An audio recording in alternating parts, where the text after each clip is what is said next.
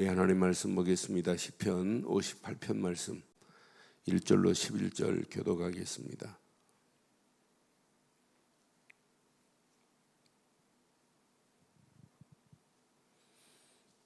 통치자들아 너희가 정의를 말해야 하거늘 어찌 잠잠하냐. 인자들아 너희가 올바르게 판결해야 하거늘 어찌 잠잠하냐.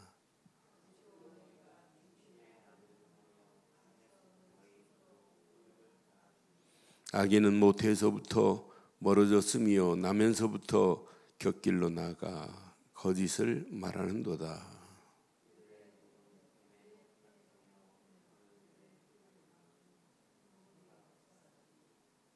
술사에 흘리는 소리도 듣지 않고 능숙한 술객의 요술도 따르지 아니하는 독사로다.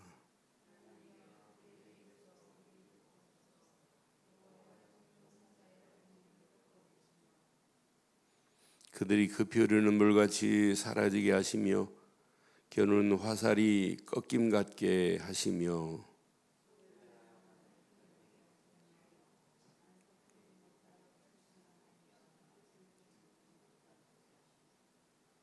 가시나무 불이 가마를 뜨겁게 하기 전에 생나무든지 불붙는 나무든지 강한 바람으로 휩쓸려 가게 하소서.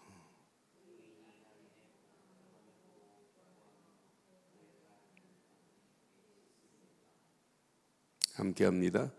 그때 사람의 말이 진실로 의인과 같음 있고 진실로 땅에서 심판하는 하나님이 계시다 하리로다. 아멘. 이번 중국 그 태풍이 스쳐간 모습을 보니까 일본하고 비교가 안 돼요. 우리나라 뭐 태풍 피해 있다고 하지만 우리나라 태풍은 비교도 안 됩니다. 건물이 이렇게 태풍에 무너지는 것을 동영상으로 보면서 태풍이 저렇게 무섭구나. 사람이 막 날아가요. 싹 쓸어가는 모습. 여러분, 악한 것이 대단하다 할지라도 악한 것은 오늘 구절 말씀처럼 싹 바람에 그냥 싹 날아가는 날이 와요. 강한 바람으로 휩쓸려 가게 하소서. 그러니까 대단한 불의가 대단한 것처럼 보여도 그렇지 않아요. 지금 다윗에게는 사울이 왕의 통치자 위에 누가 있어야 되냐? 하나님이 통치를 받아야 되는데 하나님 없거든요. 그러니까 불의가 판을 치는 것처럼 보이지만은 결국 아니에요. 저는 아브라함 링컨 미국 대통령이 한 말 중에 이런 말이 있어요. 권력에 대단한 힘이 정의를 이길 수 없다 그랬어요. 권력이 아무리 대단하다 할지라도 이길 수 없어요. 그러니까 권력 가진 자는 이 권력을 멋있게 사용하려면 하나님의 권력을 통치받은 자다 이렇게 생각해야 돼요. 나라의 정치는요, 왕정 정치도 있지만은 신정 정치만큼 멋있는 정치가 없어요. 그러니까 교회사에 나타난 성경에 나타난 정치를 쭉 보면 왕정 정치는 계속 반복해서 전쟁 실패가 거듭되지만 신정 정치는 하나님이 통치해 버리니까 모든 것을 다 정리해 버리십니다. 그럼 우리 인생은 신정 정치 속에 살아야 돼요. 하나님의 지배 속에 살아가는 것이 가장 인상적인 거예요. 그래서 오늘 1절에 뭐라고 말하냐? 오늘 자세히 봐요. 통치자들아 너희가 정의를 말해야 하거늘 어찌 잠잠하냐. 통치자들이 하나님의 의를 공의를 말해야 되는 게 통치자예요. 그러니까 통치자는 나는 하나님으로부터 이 권한을 받았나이다, 통치권을 받았나이다 이렇게 해야 정상이에요. 그 모델이 다윗입니다. 다윗은 자기가 왕이 아니에요. 나는 왕이지만 내 위에 참 왕이 있다 이 고백을 하는 왕이 진짜 왕입니다. 그러니까 저는 미국 대통령이 뭐 악한 케네디 같은 자도 있지만 케네디 봐요. 대통령 되자마자 뭐 했냐? 왜? 천주교 신자거든요, 케네디가. 천주교 신자 케네디 대통령이 뭐부터 했냐면 모든 학교 왜 책 풀 시간이 있냐? 왜 성경을 가르치냐? 성경 안 믿고 하나님 안 믿는 자도 있는데 그거 없앤 사람이 케네디입니다.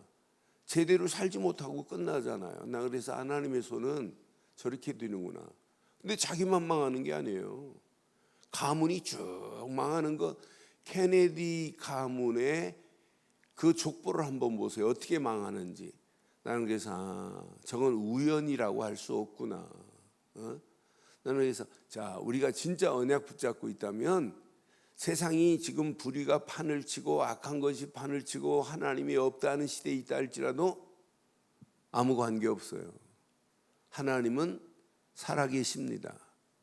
언젠가는 싹 쓸어가는 바람에 그냥 휩쓸려 가게 만드는 날이 반드시 온다고 저는 믿어요. 그러니까 시편에 오늘 중요한 메시지예요. 통치자는 하나님의 통치를 받아야 되고 늘 하나님이 원하시는 생각을 하고 살아야 돼요. 그러니까 2절에 분명히 또 말하죠. 아직도 너희가 중심에 악을 행하며 땅에서 너희 손으로 폭력을 달아주는도다. 그러니까 악인들은 여기 보니까 모태에서부터 멀어졌으며 나면서부터 곁길로 나가 거짓을 말하는도다.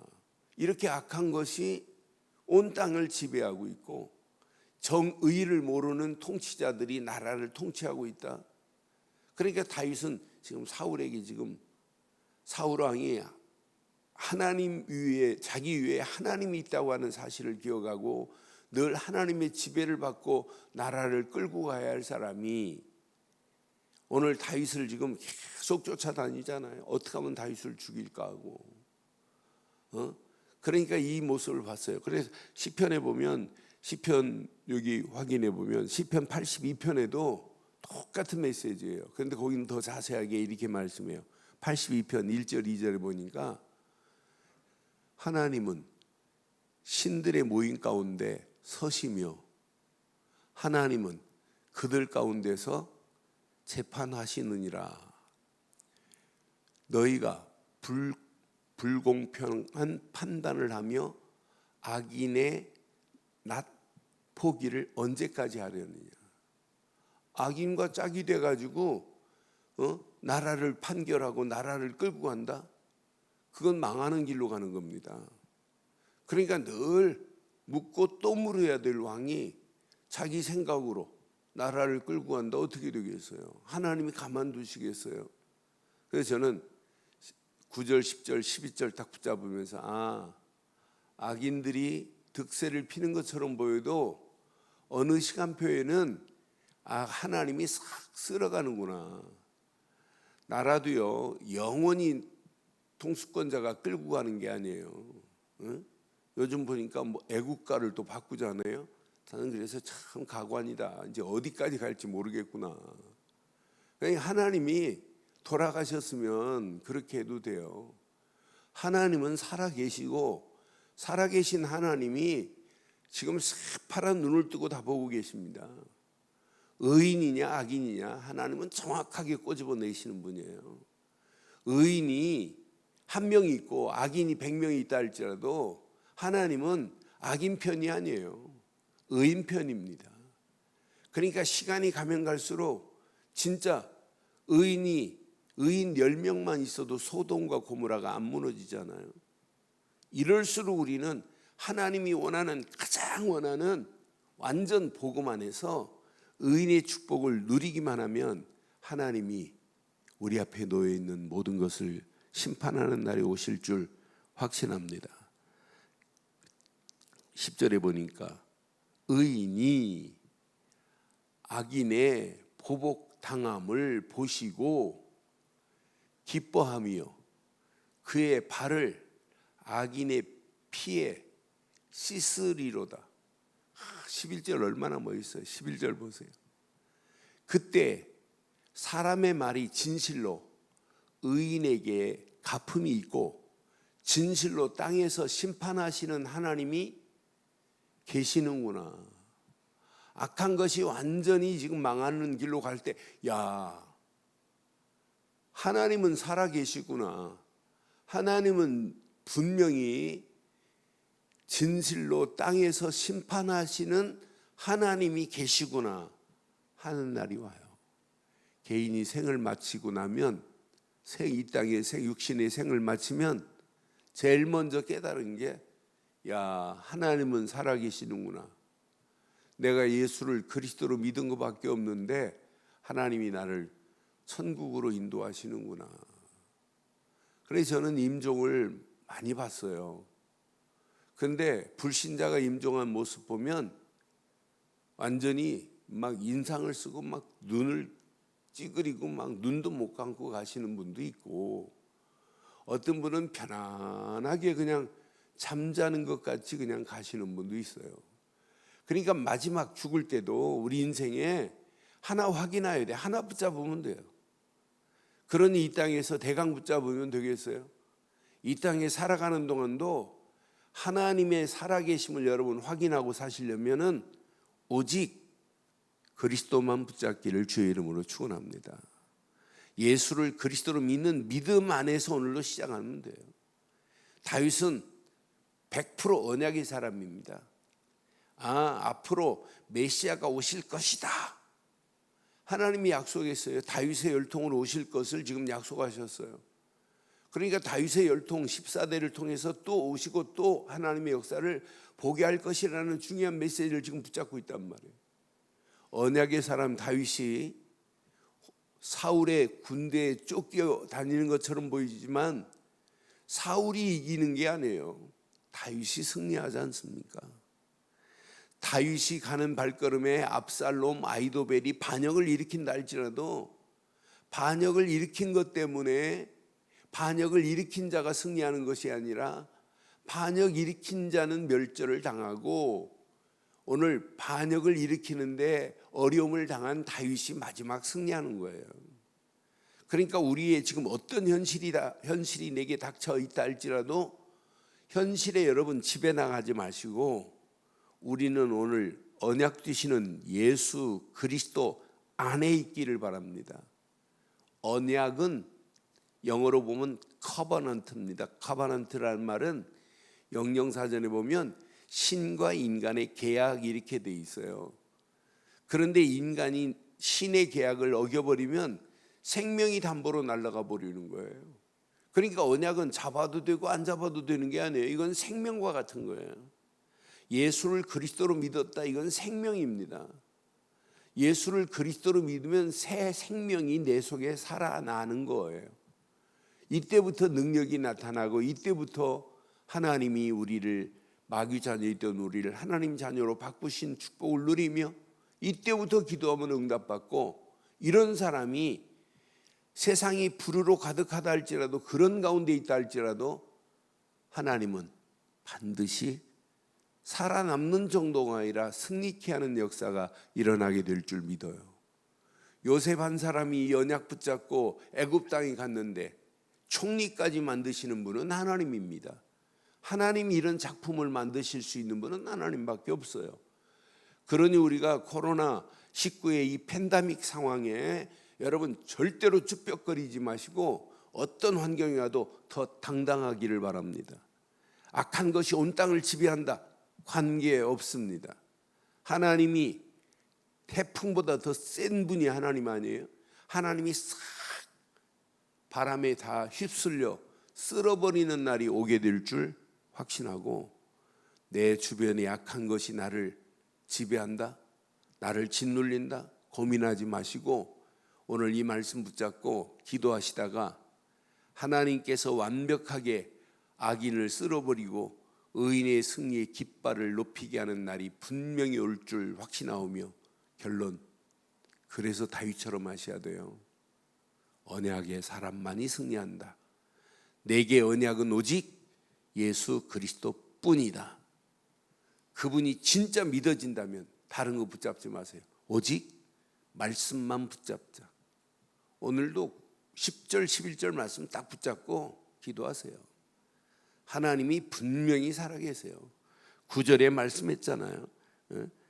강한 바람으로 휩쓸려 가는 날이 분명히 올 거예요. 그러니까 이렇게 지금 다윗이 기도하는 거예요. 하나님이 부는 강한 불붙은 가지나무라 할지라도 강한 바람에 확 휩쓸려 가게 돼 있어요.